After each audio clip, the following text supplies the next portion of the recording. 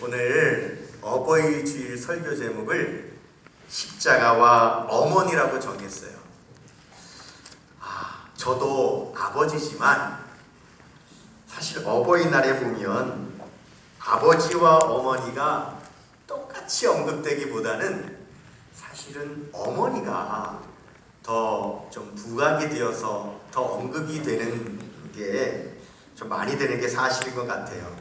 이렇게 우리가 노래를 불러드려도 나 실제 괴로움 어머니 은혜 노래를 불러도 그렇게 부르고, 찬송에도 보면 어머니의 넓은 사랑 귀하고도 귀하다 찬양 불러도 어머니가 더 사실 언급이 참 많이 되는 것 같아요. 저도 이제 저희 자녀들이 다 이미 밖에 나가서 생활을 하고 있어서 항상 제 아내하고 둘이 있는데, 제 아내하고 저하고 둘이 같이 있어도요, 아이들한테 전화가 오면 항상 아내 전화로 전화가 오지 제 전화로 전화 잘 안 와요. 또 같이 있는데도 그래 항상 보면 엄마 돈 좀 붙여주세요, 엄마 뭐 먹고 싶어요. 항상 엄마를 찾지 아버지 잘 안 찾습니다. 아무래도 아버지와 어머니 중에는 그래도 엄마가 아빠보다는 좀 더 친근하고, 그래도 엄마가 좀 더 필요로 하고, 그런 것이 우리 자녀들이 아닌가 싶습니다. 오늘도 설교 제목이 십자가와 어머니다 보니까 먼저 우리 아버지들께서 좀 소외되시는 느낌을 가질 것 같아서 제가 아버지 이야기를 좀 하나 들려드리려고 그래요. 지금으로부터 10년 전인데, 제가 하루는 밤에 잠을 자는데 갑자기 밤새 두통이 얼마나 막 오는지 너무 힘들었어요. 이 두통만 오는 것이 아니라 겹쳐서 막 밤새 구토까지 나는 거예요. 너무 어려워서 밤새 앓다가 새벽 기도를 나가야 되니까 새벽 기도를 나오는데 교회 마당까지 걸어 나오는데 막 세상이 빙빙 도는 거예요. 도저히 감당이 안 돼요. 마침 그 시간에 장로님께서 이제 새벽 기도를 나오시느라고 들어오셔서 마당에서 보자마자 제가 장로님 저 좀 도와주세요. 그리고 거의 쓰러지다시피 해서 장로님이 저를 보자마자 놀라셔서 그대로 장로님 차에 저를 태우고는 강릉에 아산병원이 있어요. 그 아산병원 응급실로 새벽에 달려 내려갔어요. 내려가자마자 응급실에서 MRI를 찍었는데 세상에 뇌출혈이라는 거예요. 와, 무슨 청천벽력 같은 소리죠. 이 30대 말에 무슨 이 뇌출혈인가 싶은 게 저도 놀라고, 이 MRI를 보여주는데 그 두개골 사진에 뭐가 이렇게 까맣게 이렇게 피가 어디 흐른 것처럼 이렇게 보여요. 그래서 뇌출혈인데 그 의사들이 하는 말이 출혈이 심하지는 않기 때문에 아직 지금부터 약을 쓰면, 수술하지 않고 약을 쓰면 출혈이 그 상태에서 멈추면서 나온 피가 다시 뇌로 흡수가 되면 제일 좋답니다. 그러니까 아직은 수술하지 않아도 될 만큼 출혈이 많지 않으니까 좀 약으로 좀 말려봅시다, 기다려봅시다 그래요. 그래서 뭐 의사가 시키는 대로 해야 되는 거니까 금요일 날 아침이었는데 금요일, 토요일, 주일, 사흘을 병원에서 지내고 월요일이 됐는데, 그 병원은 이제 지방에 있는 아산병원이다 보니까 과장님은 주말에 서울을 올라가서 없었어요. 그러니까 저를 봐준 분들은 이제 레지던트 같은 분들이 본 거예요. 그리고 월요일이 돼서 서울 아산병원에서 과장님이 내려오셨는데 제 MRI를 보더니 하는 말이 뭐냐면 뇌출혈이 아니라는 거예요. 뇌출혈이 아니고 제가 아기 엄마 뱃속에 있을 때 형성이 될 때 뇌하고 두개골 사이에 이렇게 막이 있는데, 그 막에 사람들마다 가끔 보면 물이 약간 고이는 사람들이 있대요. 그래서 그 물이 고여 있는 거지 그게 피가 아니라는 거예요. 그러니까 뇌출혈도 아니고 그거는 태어날 때부터 지금까지 가지고 있는 건데 일평생 건강에 아무 상관도 없는 거고 아무것도 아니라는 거예요. 아유, 얼마나 놀랐는지 몰라요. 그런데 왜 그러면 그 두통은 그 뇌출혈하고 증상이 똑같았거든요. 뇌출혈이 날 때는 두통하고 구토가 나잖아요. 그래서 왜 그러냐 그랬더니 어쩌다가 사람이 살다 보면 그런 일도 생길 수 있는 일시적인 현상이고 원인은 알 수가 없는 거래요. 그래서 그냥 얼마나 감사해요. 아무렇지도 않게 3일 만에 퇴원을 해서 이제 집에 왔는데, 근데 그 두통이 굉장히 심했었기 때문에 제가 한 일시적으로 이 부분 기억 상실이 왔어요. 그러니까 돌아왔는데 성도님들을 보는데 성도님들이 아무도 이름이 생각이 안 나요. 그렇게 한 달 정도 시간이 지나니까 다 회복이 되더라고요. 기억력도 다 돌아오고 이제 정상적으로 됐어요. 그래서 한 달쯤 후에 저희 이제 처가에 올라갈 일이 있어서 회복이 된 후에 처가에 올라가서 하룻밤 잠을 잤어요. 그 다음날 아침에 일어났는데 저희 장인어른이 저에게 이제 그런 얘기 잘 안 하시는데 다음날 아침에 저에게 이런 얘기를 해요. 내가 간밤에 꿈을 꿨는데 꿈이 너무 슬퍼가지고 꿈에서 울다가 깨셨다는 거예요. 그래서 무슨 꿈이셔요? 저한테 얘기 좀 해주세요. 그랬더니 저희 장인어른이 이런 얘기를 해요. 간밤에 제 아내 그 결혼식장에 서시게 됐대요. 그러면 이제 아빠니까 신부랑 같이 입장을 해야 되잖아요. 그 시간인데 저 뒤에서 이제 입장하려고 서 있는데 저 앞에 이미 나와 있어야 될 사위는 안 보이고 사위는 없고 이제 딸이 나오는데 딸이 드레스를 입고 이제 아빠 옆으로 나오는데 검정색 드레스를 입고 나오는데 그 얼굴이 너무 슬프다는 거예요. 딸아이가. 그래서 이 아버지 장인어른이 너무 슬퍼서 그냥 그 딸을 안고는 그 자리에서 펑펑 우셨다는 거예요. 그렇게 우시다가 잠에서 깨셨다는 거예요. 근데 제가 그 얘기를 딱 듣는데 저는 꿈 해석을 하잖아요. 꿈 해석을 딱 하는데 제 마음이 얼마나 아린지 너무너무 가슴이 아픈 거예요. 여러분 보세요. 한 달 전에 장인어른이 소식을 들었죠. 무슨 소식을 들었어요? 사위가 뇌출혈로 쓰러져서 병원에 입원했다는 소식을 들은 거예요. 보세요. 아픈 게 딸이에요, 사위예요? 아픈 건 사위란 말이에요. 아픈 건 사위지요. 아픈 건 사위지만 솔직히 사위가 아프면 장인어른은 누가 더 걱정돼요?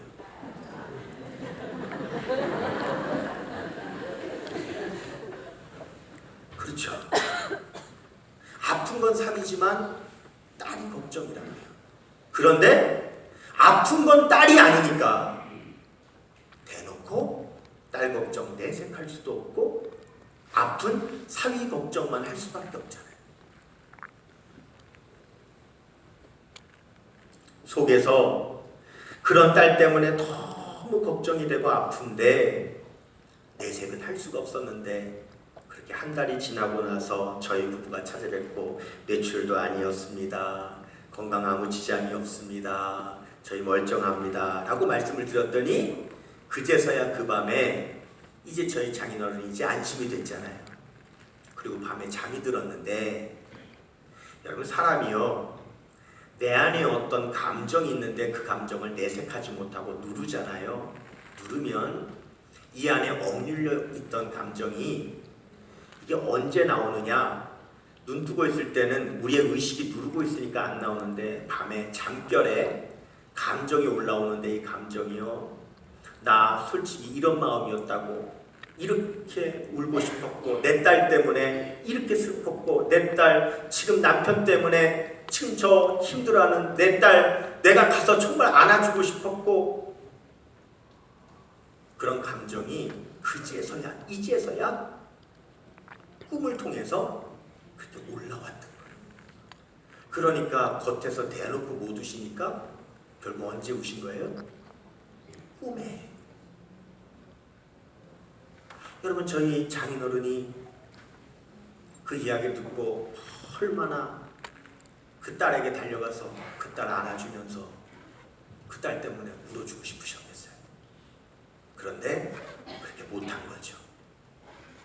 왜요? 아버지잖아요. 아버지.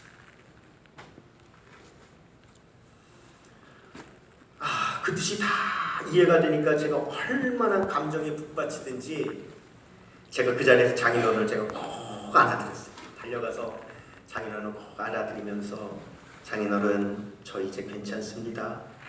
저희 때문에 마음고생 크셨죠? 감사합니다. 사랑합니다. 하고 제가 우리 장인어른을 같이 안고 울었어요. 같이 울었어요. 저는 이것이 아버지의 마음이라고 생각해요. 아버지도 같은 마음입니다. 하지만 아버지기에 아버지가 내색하면, 아버지가 흔들리면 가족들이 불안할까봐 같은 마음을 담고 있어도 내색하지 못하고 표현하지 못하는 것이 우리 아버지의 마음이죠. 여러분, 한국 사람이 아버지란 말 모르는 사람 있을까요? 어머니라는 말 모르는 사람 있을까요? 다 알죠? 그렇기 때문에 우리가 아버지라고 하는 말, 어머니라고 하는 말을 사전에서 찾아보는 경우는 거의 없을 거예요. 그런데 이 아버지, 어머니라는 말을 사전에 찾아보면 참 우리가 여러 가지 뜻을 발견할 수가 있는데, 한번 화면으로 보면서 제가 말씀을 드릴게요. 아버지는요, 이런 뜻이에요. 남자인 어버이. 어버이 중에서도 남자인 어버이. 두 번째는 자녀를 둔 남자를 자식에 대한 관계로 이르는 말, 이런 거죠. 세 번째, 자녀의 이름 뒤에 붙여 자기 남편을 호칭하거나 지칭하는 말. 그래서 남편 이름을 남편으로 안 부르고 우리는 뭐라 그래요? 수남이 아버지, 이렇게 부른다는 거예요. 네 번째, 자기를 낳아준 남자처럼 삼으니. 다섯 번째, 자기 아버지와 나이가 비슷한 남자를 친근하게 이르는 말. 여섯 번째, 어떤 일을 처음 이루거나 완성한 사람을 비유적으로 이르는 말. 뭐 예를 들면 음악의 아버지 바하, 이렇게 아버지란 말을 사용한다는 거죠. 그리고 놀라운 것은 대한민국 표준국어사전에 이런 뜻이 있어요. 종교사전이 아니라 대한민국 표준국어사전의 일곱 번째 뭐예요? 기독교에서 하나님을 친근하게 이르는 말이라는 말이, 여러분, 이 아버지라고 하는 말, 하나님을 기독교인들이 친근하게 이르는 말로 아버지라고 부른다라고 국어사전에 기록되어 있다. 어머니도 한번 볼게요. 어머니, 첫 번째 여자인 어버이죠. 두 번째, 자녀를 둔 여자를 자식에 대한 관계로 이르는 말. 세 번째, 자녀를 낳아준 여성처럼 삼으니. 자기 어머니와 나이가 비슷한 여자를 친근하게 이르는 말. 다섯 번째, 사랑으로서 뒷바라지해주고 걱정하여주는 존재를 비유적으로 이르는 말. 여러분, 신기하죠? 부국이라고 들어봤어요? 모국이라 그러지. 내 나라를 부를 때 다 모국이라 그러잖아요. 모국. 학교도 부교라고 부르는 거 봤어요? 뭐라 그래요? 모교라고 그러죠. 내가 어려서 자라난 교회도 모교회 그러잖아요. 보면 이렇게 우리가 어머니 이름을 더욱이다 붙이죠. 여섯 번째는 무엇이 생겨나게 된 근본을 비유적으로 이르는 말. 실패는 성공의 어머니. 또 이렇게 우리가 어머니를 사용한다라고 하는 것이죠.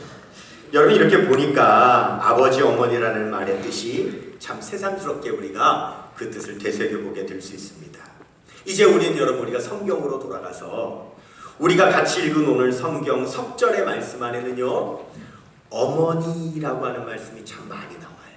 우리 오늘 본문 말씀 누가복음 19장 25절에서 27절 한번 보시는데, 바로 이 말씀은 예수님께서 십자가 위에 계실 때의 말씀이에요. 자, 오늘 말씀의 제목이 뭐라 그랬어요? 십자가와 어머니. 여기 우리가 알아야 될 게 뭐냐? 십자가에 못 박히신 예수님께서 그 십자가 위에서 누구를 부르셨어요? 어머니를 부르셨어요. 십자가 위에서 우리 예수님께서 어머니라고 하는 말씀을 하셨다는 거예요. 우리 오늘 그 어머니라는 말에 집중해서 한번 25절부터 27절까지 읽어볼게요. 시작. 예수의 십자가 곁에는 그 어머니와 이모와 글로바의 아내 마리아와 막달라 마리아가 섰는지라. 계속 예수께서 자기의 어머니와 사랑하시는 제자가 곁에 서 있는 것을 보시고 자기 어머니께 말씀하시되 여자여 보소서 아들이니이다 하시고, 또 그 제자에게 이르시되 보라 내 어머니라 하신대 그때부터 그 제자가 자기 집에 모시니라. 아멘. 여러분, 예수님께서는 십자가 위에서 그 고난 중에 그 십자가 아래에서 십자가 위에 달리신 그 아들 예수님의 모습을 지켜보며 자리를 떠나지 않는 한 여인을 보시게 됩니다. 바로 예수님의 어머니 마리아죠. 여러분, 패션 오브 크라이스트라고 하는 영화를 보면 가장 가슴 뭉클한 장면 중에 한 장면이 있는데, 예수님께서 십자가를 지고 골고다 길을 가실 때 차마 가까이 가지 못하고 멀찍이서 그 모습을 지켜보고 있는 마리아가 정말 두려움에 떨며 그 아들의 모습을 참아보지 못하고, 따라는 가지만 참아보지 못하고 가슴을 졸이다가 그 예수님께서 그 십자가를 이겨내지 못하고 쓰러지시는 모습을 봐요. 그런데 그 십자가를 지시는 예수님이 쓰러지시는 순간 이 어머니 마리아에게 어떤 모습이 보이냐면, 예수님이 어린 시절 막 뛰어가다가 넘어지는 모습이 연상이 돼요. 아이가 여러분 뛰어가다 넘어지면 엄마가 가만히 있는 엄마가 어디 있어요? 달려가서 그 어린아이를 안잖아요. 이미 성인이 되었어도 여러분, 아기인 아들이나 성인인 아들이나 엄마에게 다를 바가 뭐가 있어요?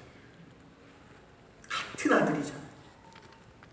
그 모습을 보고 그 마리아가 달려가서 십자가에서 쓰러지신 그 예수님을 어머니로서 어린 아들을 안는 것처럼 안는 장면이 나와요. 한번 여러분들에게 보여드릴게요.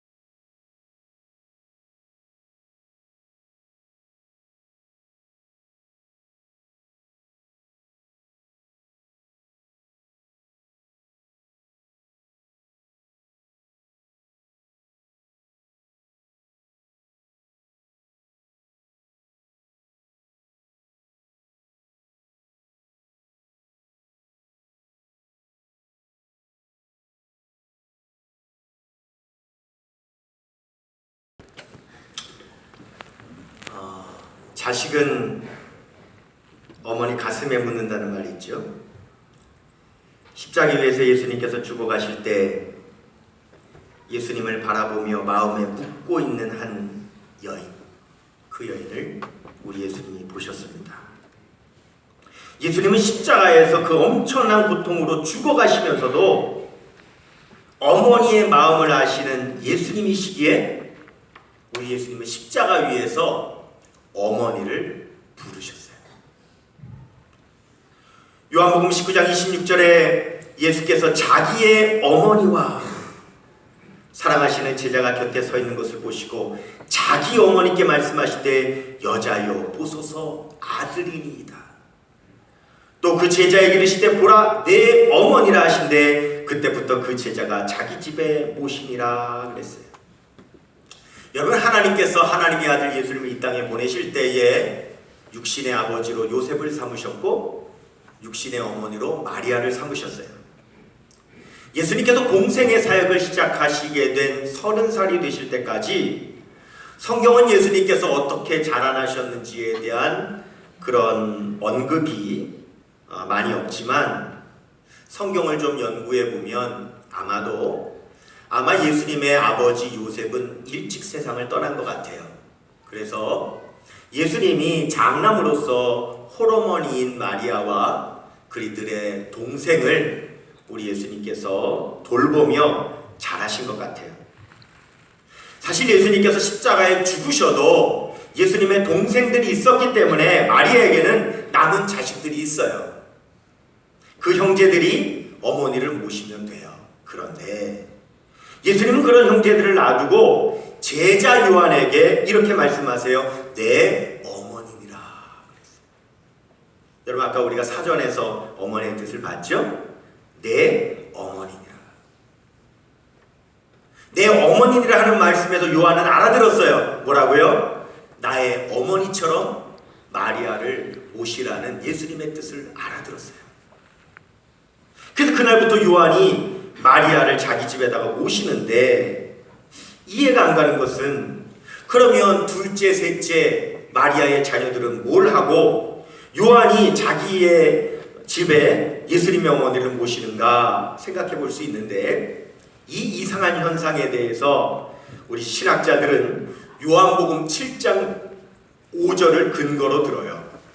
요한복음 7장 5절에 보면 이는 그 형제들까지도 예수를 믿지 아니함일러라 그랬거든요. 예수님의 형제들이 예수님을 믿지 않았기 때문에 예수님께서 십자가 못 박히는 그 자리에 형제들이 없었을지도 모르고, 그래서 그 자리에 있는 제자 요한에게 부탁한 것일 수 있어요. 형제는 없었기 때문에. 그리고 제 생각에는 당시의 식민지 사회에서는 반드시 무슨 죄가 있느냐면 연자죄라는 게 있어요. 그 나라에 반역한 사람은요, 그 반역한 사람만 벌을 주는 것이 아니라 그의 형제들까지도 다 벌을 줬기 때문에 분명히 그 연자죄에 걸려서 예수님의 형제들이 그 자리에 있지 못했을 거예요. 다 숨어서 도망갔을 거예요. 그래서 한동안 어머니 마리아를 숨어 도망다니느라 모실 수 없었기 때문에 그 요한에게 어머니를 부탁한 우리 예수님의 부탁이 있었던 것이지요. 참 감사한 것은, 근데 그 형제들이 나중에는요, 다 초대교회의 일꾼으로 다 변화가 되죠. 우리 성경, 신약 성경 중에 야고보서가 있는데, 이 야고보서는 예수님의 형제인 야고보가 쓴 서신입니다. 그 정도로 초대교회 지도자가 되죠.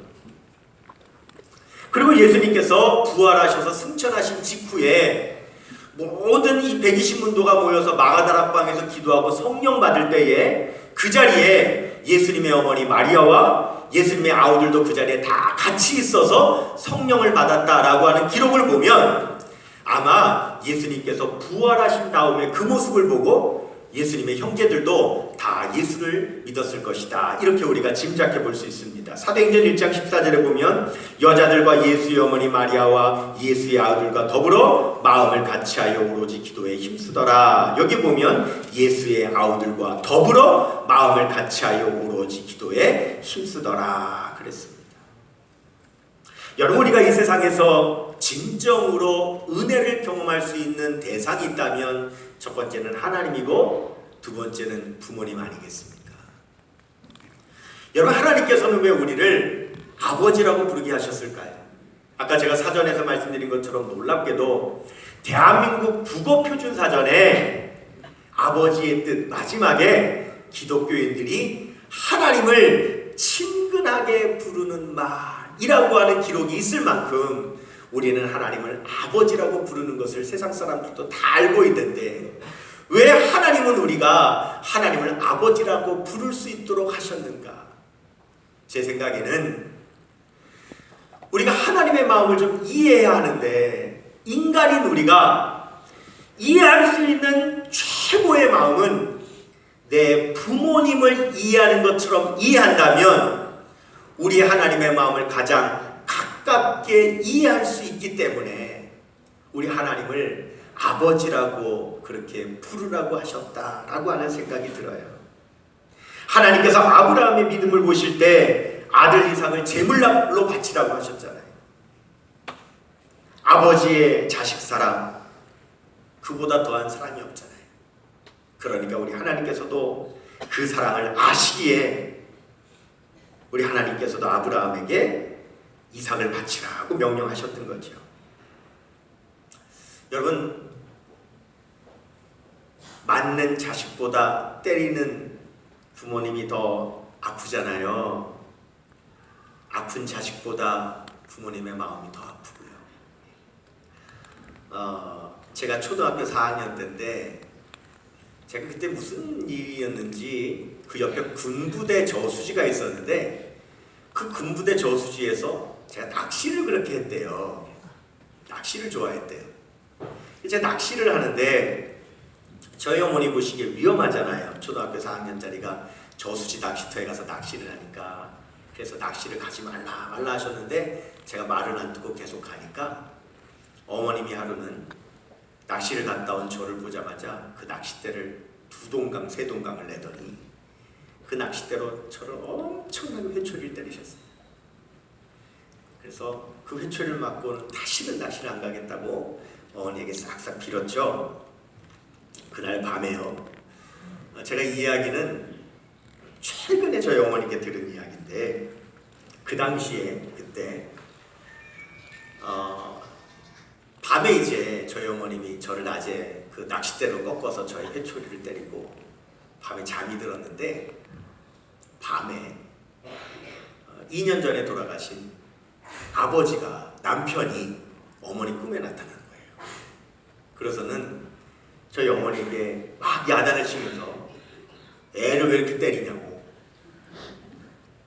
아버지가 어머니한테 꿈에 막 야단을 치더래요. 그런데 어머니가요 이렇게 얘기했대요. 남편한테 어떻게 알았냐고 내가 오늘 애 때린 거 어떻게 알았냐고 그랬더니 아버지가 어머니께 그러더래요.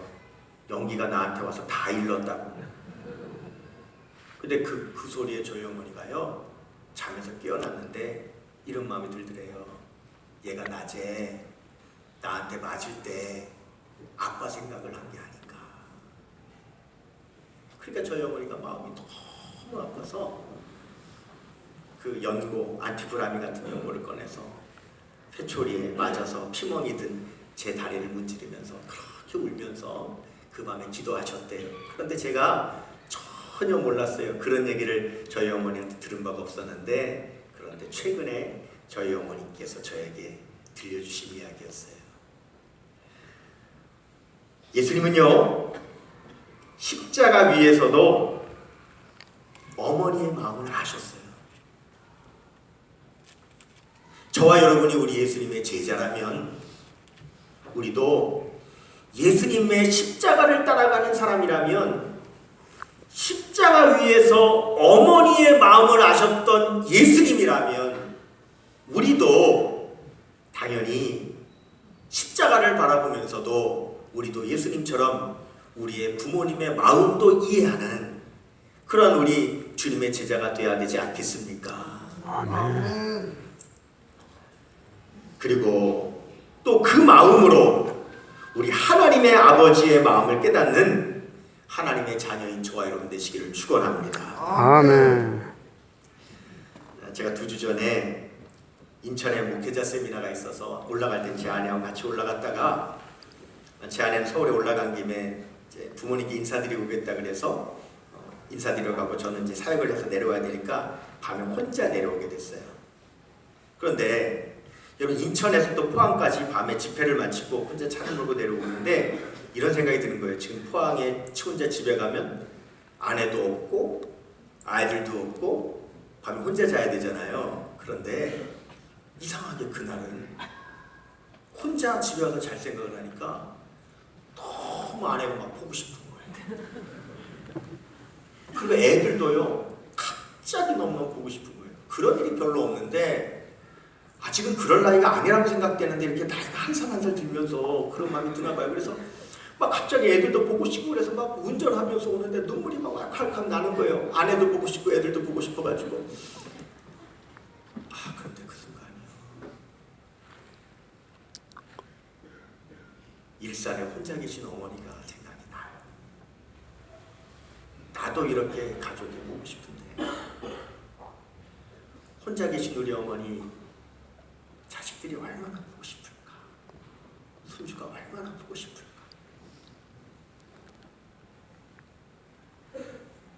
물론 뭐 매일 제가 전화를 드리려고 하기는 합니다만은 멀고 사역이 바빠서 자주 찾아뵙지 못하는데 여러분 우리 부모님 살아계신다면 그래도 매일 한 번씩은 꼭 전화라도 드립시다. 아멘도 안 하시면 매일 전화라도 한 번씩 드리고, 혹여 부모님 이미 세상 떠나시고 계시지 않는다면 그 마음까지 다 합하여 우리 하나님 아버지 섬기며 그렇게 살아가는 그리스도의 제자로서의 삶 살아가는 저와 여러분 되시기를 주님의 이름으로 축원합니다. 아멘. 이 시간 우리 모두